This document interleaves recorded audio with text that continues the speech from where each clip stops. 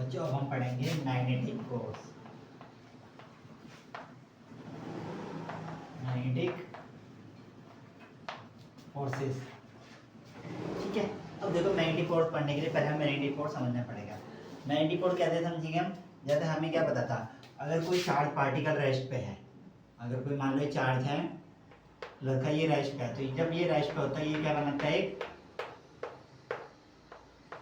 Electric field. Same उसी condition हम क्या मानते हैं, यहाँ पे मान लो एक वायर है जिसमें क्या फ्लो हो रहा है, करंट आई, ठीक है। अब ये दूसरा चार्ज पार्टिकल है यहाँ पे छोटा सा क्यू, अगर ये चार्ज पार्टिकल कांस्टेंट मोशन में होगा, v equals to constant motion में होगा, तो ये चार्ज पार्टिकल क्या क्रिएट करेगा, एक मैग्नेटिक फील्ड। अब जब ऐसी कंडीशन आएगी कि कोई चार्ज पार्टिकल किसी, पहले से इसमें करंट फ्लो हो रहा है, अगर किसी वायर में पहले ही करंट फ्लो हो रहा हो तो वो पहले अपने चारों ओर क्या बनाता है, एक मैग्नेटिक फील्ड। पर जब ये चार्ज पार्टिकल चलेगा तो ये भी क्या बनाएगा, एक मैग्नेटिक फील्ड। इन दोनों की मैग्नेटिक फील्ड की वजह से इस चार्ज पार्टिकल पे एक फोर्स लगेगा, एक फोर्स एक्सपीरियंस होगा, उसी फोर्स को हम क्या कहते हैं, मैग्नेटिक फोर्स, ठीक है। तो मैग्नेटिक फोर्स हम ऐसे भी कहते हैं, magnetic force is defined as the force experience by the moving charge particle, ठीक है। यानी कि force experience by the moving charge particle, किसी भी मूविंग चार्ज पार्टिकल के द्वारा जो भी फोर्स एक्सपीरियंस किया जाता है उस फोर्स के हम क्या कहते हैं, मैग्नेटिक फोर्स, ठीक है। इसे हम कहेंगे एफ एम।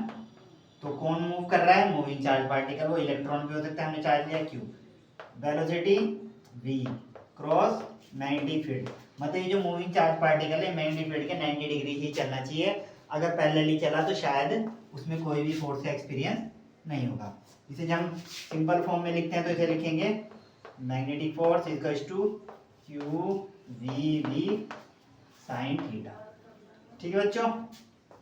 जब हम यहाँ तक पहुँच जाएंगे तो हमारे पास दो कंडीशन और बनेगी, वो कंडीशन क्या होंगी हमारे पे, साइन थीटा क्या होना चाहिए, दो कंडीशन, यानी कि हम मानते हैं केस 1 में लेंगे थीटा इक्वल टू 0 डिग्री, जैसे ही थीटा 0 डिग्री होगा तो हमें पता है एफ एम की वैल्यू कितनी आ जाएगी, 0। कहने का मतलब जिस डायरेक्शन में मैग्नेटिक फील्ड है, मतलब मैग्नेटिक फील्ड ऐसे बन रही है इसमें, इसी डायरेक्शन में चार्ज को वेलोसिटी से मूव कराएंगे तो उसमें लगने वाला फोर्स क्या होगा, वो 0 होगा। उसके बाद सेम केस 2 हमारा क्या हो जाएगा, थीटा इक्वल टू 90 डिग्री, जैसे हम थीटा को 90 डिग्री कर देंगे तो लगने वाला मैग्नेटिक फोर्स मैक्सिमम हो जाएगा, जिसकी वैल्यू होगी क्यू वी बी, ये बहुत ही इंपॉर्टेंट है, ठीक है।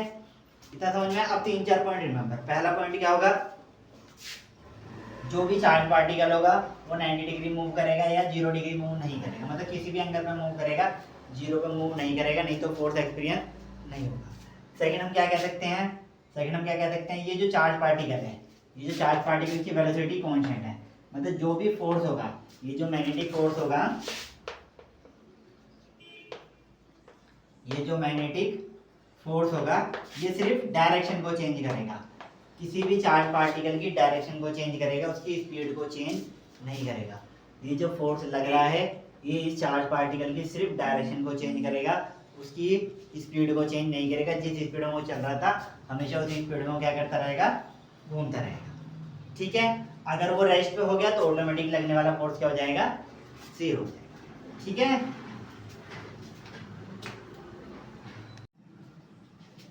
ठीक है, नेक्स्ट क्वेश्चन क्या करते हैं, हम पढ़ते हैं चार्ज पार्टिकल मूव इन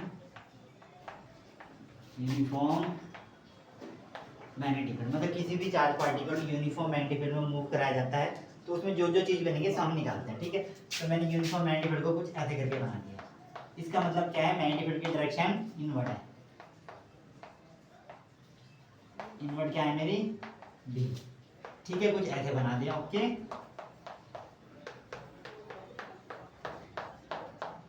और एक और अच्छा सा बना देंगे, ठीक है। अब मैंने क्या करा, इसके हम क्या कर रहे हैं, मूव इनवर्ड परपेंडिकुलर, मतलब 90 डिग्री मूव कर रहा है, ठीक है। परपेंडिकुलर मूव करने का मतलब यहाँ से चार्ज पार्टिकल ऐसे करके आता है, ये ऐसे है, चार्ज पार्टिकल ऐसे आ रहा है, दोनों के बीच में एंगल 90 डिग्री। तो ये मेरा चार्ज पार्टिकल मान लो क्यू है, तो ऐसे करके मूव कर रहा है वेलोसिटी v से। यहाँ से हमने कहा मैग्नीट्यूड शुरू, जैसे ही ये इसके अंदर एंटर करेगा तो इस पे एक फोर्स का एक्सपीरियंस होगा, और वो फोर्स क्या करेगा, इसे ऐसे करके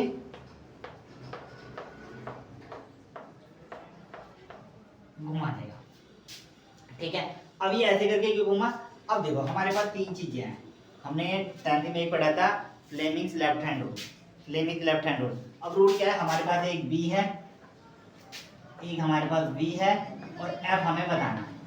ठीक है, रूल के अकॉर्डिंग हमारे पास बी की डायरेक्शन क्या है, इनवर्ट। हम ऐसे लेते हैं फ्लेमिंग्स लेफ्ट हैंड रूल, एक होता है हमारा थंब, एक होता है फिंगर, और दूसरी मिडिल फिंगर, या सिंपल हम कहते हैं F M C, father mother child ऐसे करके याद कर लेंगे। एफ माने हो गया हमारा फोर्स, एम माने मैग्नेटिक फील्ड, और सी माने करंट या फिर वेलोसिटी, जो भी हम मानते हैं। तो अब देखो हमने क्या माना, बी, बी माने मैग्नेटिक फील्ड की डायरेक्शन, वी माने वेलोसिटी, और फोर्स कैसे लग जाएगा फिर, मैग्नेटिक फील्ड अंदर, बी अंदर, तो फोर्स ऐसे, यानी कि इसे समझने की कोशिश करेंगे फोर्स इसे कैसे घुमा देगा, ऐसे करके घुमा देगा। ठीक है, जाते जाते आप थोड़ा आगे आगे बढ़ते जाएंगे, आपको और बेटर समझ में आने लगेगा। ठीक है, अभी मैंने जैसे मैग्नेटिक फोर्स लगाया तो इसने फोर्स को ऐसे करा, फिर ऐसे ऐसे ऐसे, तो ये जो सर्कुलर घूम रहा है, ये जो मैग्नेटिक फोर्स है, ये जो मैग्नेटिक फोर्स है वो इक्वल टू हो जाएगा सेंट्रीपिटल फोर्स के।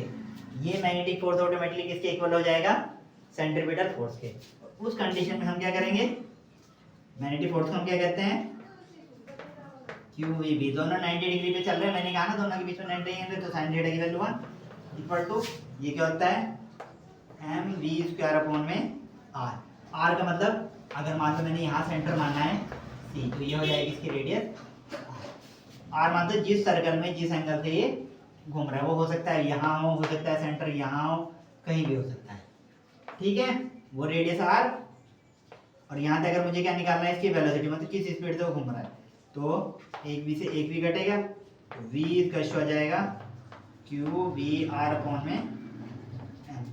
अब वेलोसिटी शायद वो हमें दे दे, तो हमसे क्या पूछ सकता है, radius.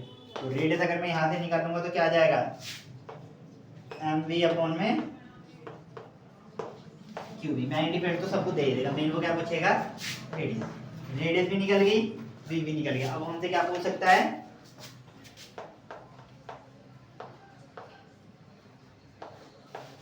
Time period. What is the formula of time period?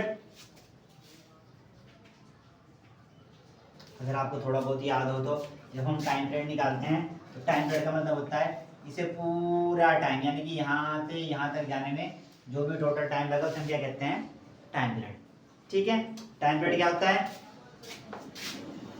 अगर मैं लिखूँ वेलोसिटी इक्वल्स टू 2πr/t, तो t इक्वल्स टू क्या हो जाएगा, 2πr, मतलब जो भी सर्कल घुमा, हमें नहीं पता ना कितना घुमा, अपॉन v, तो हो जाएगा 2π, r की जगह क्या आ जाएगा, mv/qv में v, v से v कटेगा तो फॉर्मूला आ जाएगा 2πm में qv। 2π की जगह हमारा वो एंगल आ जाएगा जो इसने यहाँ पे कवर किया है, 30 डिग्री, 40 डिग्री, 60 डिग्री, 70 डिग्री। मैंने पूरे सर्कल के लिया था 2πm/qv, नहीं तो ये आता है θm/qv। ये इसका टाइम पीरियड निकल गया। टाइम पीरियड निकालने के बाद हम क्या निकाल सकते हैं, फ्रीक्वेंसी। फ्रीक्वेंसी होता है 1/टाइम। ठीक है बच्चों।